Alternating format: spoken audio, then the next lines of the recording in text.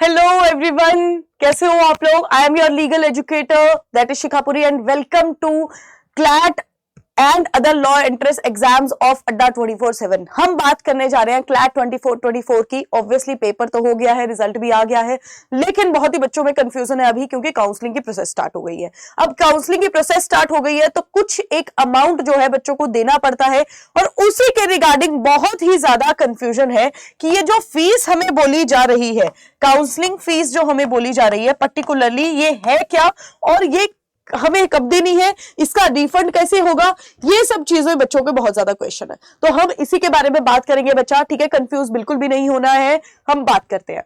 तो सबसे पहले तो मैं आपको बता दूं कि रजिस्ट्रेशन की प्रोसेस बच्चा स्टार्ट हो गई है, ठीक है। मैं बार बार यही बोल रही हूं कि ऐसा भी मत करना कि जल्दी जल्दी में कि अरे हम तो फर्स्ट नंबर आना है, इसमें फर्स्ट नंबर आना है। पता नहीं क्यों रजिस्ट्रेशन में फर्स्ट आना है, पर ठीक है, आना है। तो अब पहले हर एक चीज, हर एक क्वेश्चन जो दिमाग में चल रहा है उसको अच्छे से रिजॉल्व करके फिर फॉर्म भरना है, फिर काउंसलिंग में पार्ट लेना है। नहीं तो नहीं। 20 तारीख जो है आपके पास टाइम है, 20 तारीख तक है, लेकिन ये भी नहीं बोलूंगी कि एंड में जाके करना। 19 से पहले 19 और 20 को छोड़ दो, याद ही मत रखो 19 और 20 को। तो 18 तक आपको ये फॉर्म भरना पड़ेगा। लेकिन ऐसा भी नहीं है कि अभी जल्दी में कोई आपको इतनी कंफ्यूजन है लेकिन तब भी आप फॉर्म भर रहे हो। प्लीज डोंट डू दैट, ठीक है। ये आपके पास डेट्स तो आ गई है। नेक्स्ट अगर बात करें अब काउंसलिंग फीस के बारे में बात करते हैं बच्चा, कि बहुत बच्चों को ये कंफ्यूजन आ रही है। सारी की सारी काउंसलिंग की प्रोसेस भी समझ ली, लेकिन तब भी फीस में दिक्कत आ रही है। फीस का पॉइंट समझ में ही नहीं आ रहा है कि मैम फीस जो है अगर पहले तो कितनी है, ठीक है। चलो अगर तुमको कितनी भी समझ में आ गई तो मैम ये कब देनी है, अगर वो भी समझ में आ गया तो मैम ये रिफंडेबल है कि नहीं है, मैम अगर ये हम किसी एनएलयू में सिलेक्ट हो गई, इतनी ज्यादा फीस है, किस तरह से होगा। ये सारे के सारे क्वेश्चंस बच्चों के दिमाग में है, जिसको हम आज रिजॉल्व करने वाले हैं इस वाले सेशन में। तो सबसे पहले तो ये देखो कि पे काउंसलिंग फीस बाय, कब आपको अपनी काउंसलिंग फीस जो है वो भर देनी है। 10 PM ऑन 20 दिसंबर, मतलब इससे पहले, ठीक है। ये नहीं बोले कि 10 बजे आपको भरनी है, तब तक आपको भर देनी है। और आई वुड रिकमेंड प्लीज 20 तारीख से पहले 18 तारीख आप समझो इसको, 20 मत समझो, 18 से पहले ये सारे काम कर दो, ठीक है। 20 को लगे साइट डाउन हो गई, कुछ भी हो गया, लास्ट मिनट चीज करने लगे, आपकी फीस नहीं भर पाएगी, आप काउंसलिंग में सिलेक्ट नहीं हो पाएंगे। अगर लास्ट मिनट में आप भर रहे हो और साइट बंद हो जाए, कुछ भी हो जाएगी, और वो नहीं, अगर आपकी मोड आपका सिलेक्ट होता है तो आप एलिजिबल नहीं हो पाओगे बेटा काउंसलिंग में। जो इतना ज्यादा टाइम सपना जो देखे थे, बस इतनी छोटी छोटी मिस्टेक्स की वजह से रह जाओगे, ठीक है। अब फीस का अमाउंट कितना है बच्चा। जनरल कैटेगरी के लिए इट इज 30,000 एंड अगर आप ST SC OBC BC EWS PWD इन सब कैटेगरी से बिलोंग करते हैं, then what is the amount, that is 20,000 rupees. तब 20,000 का अमाउंट है, नहीं तो जनरल कैटेगरी के लिए 30,000 का अमाउंट है। अब पेमेंट उन्होंने साफ आपको बताया है कि ऑनलाइन मोड से होगी। ऐसा नहीं है कि आप कहीं बैंक में जाए और बोले मुझे क्लैट की फीस भरनी है, ऐसा नहीं होगा। साफ इन्होंने बोला कि एक पर्टिकुलर अकाउंट आपका होना चाहिए, उसी से ही सारी फीस की डिटेल्स उसमें, क्योंकि वो डिटेल्स मांगते हैं ना थोड़ी सी, कि कार्ड नंबर क्या है, ये सब कुछ ये आप भरोगे। अब जब भी रिफंड आएगा ना तो उसी अकाउंट में आएगा। तो याद रखना, जो भी अकाउंट आप दोगे, फिर से मैं बोल रही हूं, कोई ऐसा अकाउंट मत दे देना अपने फ्रेंड का दे दिया, किसी का भी दे दिया, पापा का, मदर का, या फिर आपका अपना अकाउंट होगा उसी को ही देना, ट्रस्टेबल इंसान वाला अकाउंट, ठीक है। अब बच्चों को बहुत ज्यादा है कि रिफंड किन किन केसेस में आएगा। तो देखो, अगर आपको कोई भी सीट अलॉट नहीं होती है लास्ट लिस्ट में, अब एक और बात है, देखो 5 लिस्ट आएंगी, अगर लास्ट लिस्ट तक भी आपको कोई भी सीट अलॉट नहीं होती है, तब आपको रिफंड मिल जाएगा पूरा, ठीक है। रिफंड भी हम देखेंगे बात की कितना मिलता है, रिफंड आपका डिडक्ट होगा कि नहीं होगा, ठीक है, आपको रिफंड मिल जाएगा।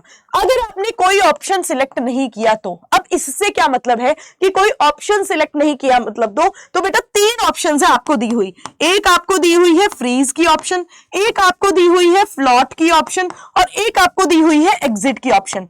Now what are these 3 options, बच्चे बहुत ज्यादा कंफ्यूज है इसमें। तो फ्रीज का ऑप्शन मतलब मान लो आपकी सेकेंड लिस्ट में आपका नाम आया, अब उस सेकंड लिस्ट में मान लो आपने, चलो एक बार इस बात को समझो, ठीक है, कि 1 2 3 मतलब आपने 20 आपने लिस्ट पूरी भरी हुई है। तो फर्स्ट में आपने थर्ड में कोई पर्टिकुलर, ठीक है, नलसार आपने थर्ड में भरा हुआ है, तो थर्ड में भरा हुआ है, सेकंड लिस्ट में आपका नलसार आ गया, मान लो फर्स्ट लिस्ट में ही आ गया, तो आप इसको कर दोगे फ्रीज, ही चाहिए, आप फ्रीज कर दोगे उसको, ठीक है। लेकिन अगर आपको लगता है कि इस पूरी लिस्ट में मेरे को ऐसा वाला कॉलेज नहीं मिला है जो मुझे चाहिए था, तो आप कर दोगे उसको फ्लॉट, ठीक है। तो आप क्या कर देंगे, उसको फ्लॉट कर दोगे, और एग्जिट तो एंड में आके कि आपको कुछ चाहिए ही नहीं। तो ये 3 ऑप्शंस है आपके पास। तो अगर आपने इन तीनों ऑप्शंस में से भी कोई चूज नहीं किया किसी भी लिस्ट में, तब भी आपका अमाउंट सारा का सारा क्या हो जाएगा, रिफंड हो जाएगा। Next, where a candidate has been allotted a seat and has chosen a float और freeze option and then subsequently choose to exit. अब देखो क्या हुआ कि आपको सीट भी अलॉट हो गई थी, आपने लिस्ट में या फिर फ्लॉट का ऑप्शन दबा दिया या फिर फ्रीज का ऑप्शन भी दबा दिया, लेकिन आप कॉलेज की पर्टिकुलर जो रिक्वायरमेंट्स थी उसको पूरी नहीं कर पाए, उसकी एडमिशन फीस नहीं दे पाए, तब भी केस में आपको रिफंड हो जाएगा। मतलब आप उस एनएलयू में गए ही नहीं, तब भी आपको क्या हो जाएगा, रिफंड हो जाएगा। कितना अमाउंट, या फिर तो 30,000 या फिर ये 20,000।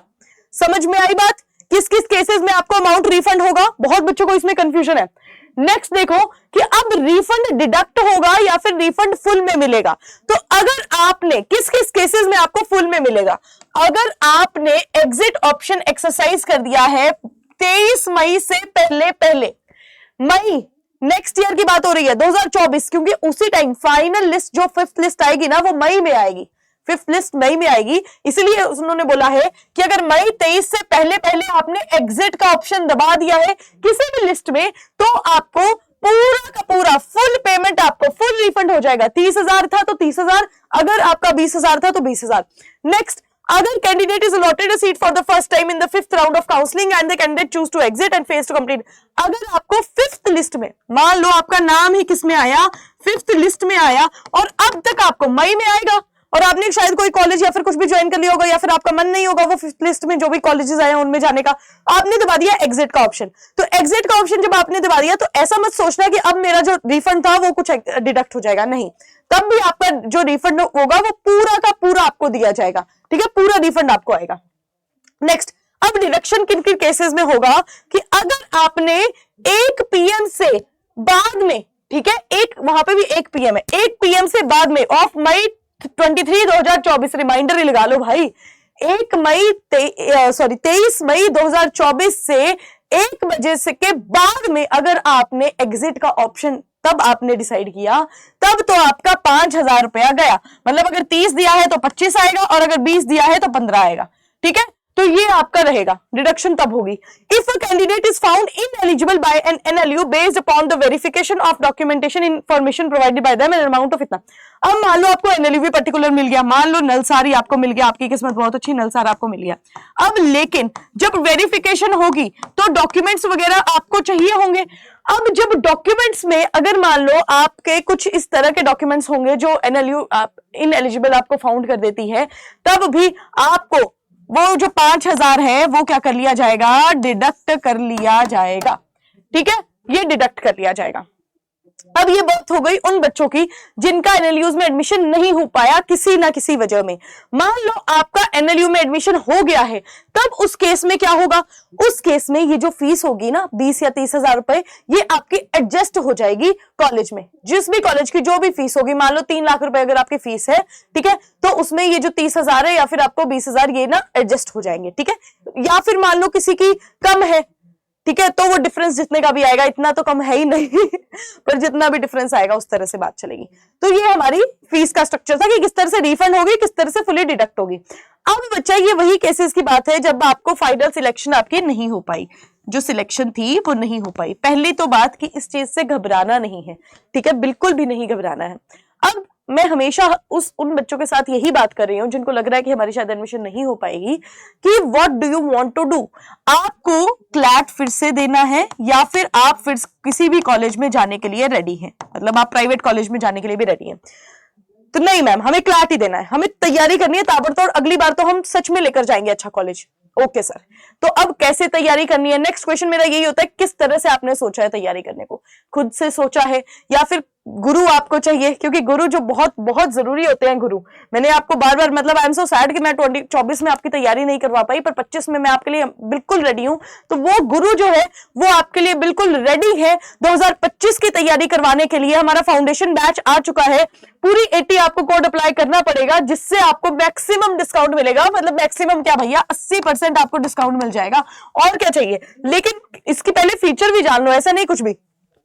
अगर देखो, इसमें लाइव क्लासेस होती हैं, जूम सेशंस होते हैं, स्ट्रैटेजी सेशंस होते हैं, साथ में आपको प्रिंटेड मॉक्स मिलेंगे। जो सबसे बढ़िया बात है, क्या प्रिंटेड मॉक्स आपको मिलने वाले हैं। मैं हमेशा बच्चों से कहती हूँ कि भैया आप प्रिंटेड मॉक्स, मतलब ऑफलाइन मॉक्स दो। मैम कहाँ है ऑफलाइन मॉक्स, यहाँ है ऑफलाइन मॉक्स, यहाँ पे आपको सब मिलेगा। अब एक और चीज बचा कि आप ना जो हमारे, अगर आप पेड बैच में आते हो and if you apply my code that is पूरी 80, अगर आप ये कोड अप्लाई करोगे तो आप मेरे साथ डायरेक्ट जूम लिंक पे भी फिर बात कर पाओगे। ठीक है, अगर आप मेरा कोड अप्लाई करके करोगे, जूम लिंक पे हम आपस में बात कर पाएंगे। आपको जो भी डिफिकल्टी होगी, बिकॉज मैंने जुडिशरी की भी तैयारी करवाई है बच्चों को, यू कैन, मतलब आप देख सकते हो जाके। ठीक है, तो जुडिशरी के बच्चों जब उन्होंने एग्जाम क्रैक कर लिया हमसे पढ़ के, मुझसे पढ़ के, तो भैया आपका क्लैट हम क्यों नहीं तैयारी करवाएंगे अच्छे से। ठीक है, तो इसीलिए, लेकिन उसके लिए मुझसे प्रॉपर जुड़ना पड़ेगा। हमें दोनों को, हम सबको, जो भी आप मेरे साथ होंगे, हमें अच्छे से मेहनत करनी पड़ेगी। और वो कैसे होगी, वो बैच के साथ भी होगी और पूरी 80 कोड अप्लाई करना पड़ेगा। ठीक है, उसके लिए अब अगर if you want to connect with me, अभी आप में कोई भी क्वेरी है तो shikha.puri@adda247 ये मेरा जीमेल अकाउंट है, आप मेरे से कुछ भी पूछ सकते हो। ठीक है, अब मैं आपको बता देती हूँ कि किस तरह से ये कोड अप्लाई करने पर आपको डिस्काउंट मिल सकता है। तो ये आप जब adda247 की साइट में जाते हैं तो आपको यहां पर ऑप्शन मिलती है अंडर ग्रेजुएट एंट्रेंस एग्जाम्स की। वहां पर आप लॉ एंट्रेंस में जाओगे, क्लैट में जाओगे। Now you have got this thing, CLAT 2020 foundation batch 2025। मैं बार बार बोल रही हूँ, 25 में आपकी पूरी ताबड़तोड़ तैयारी होगी। लॉ तो मतलब कहां गया, कहां है लॉ, ऐसे आप बोलोगे। ठीक है, तो उसके लिए क्या अप्लाई करना पड़ेगा, लेकिन कोड मेरा अप्लाई करना पड़ेगा। अभी आपने देखा 12,000 का था ये। ठीक है, वो जो नॉर्मल जो कोड था, ये जो यहाँ पर साइट में जब आपको मिलेगा, तो अभी ये 12,000 था। लेकिन अगर आप बाय नाउ पे जाओगे एंड आप मेरा कोड अप्लाई करोगे, that is what it is. मैंने बार बार बोला है, पूरी मेरा सरनेम और कोड जो होगा वो 80% डिस्काउंट, तो 80। तो आपको क्या सीधे के सीधे यहाँ पर अच्छा, यहाँ पे डिटेल वगैरह 9,600 आपको आ जाएगा। यहाँ पे आपको डिटेल भरनी पड़ेगी ना, इसमें डिटेल वगैरह नहीं भरी हुई है। ठीक है, 9,600 आपको मिल जाएगा।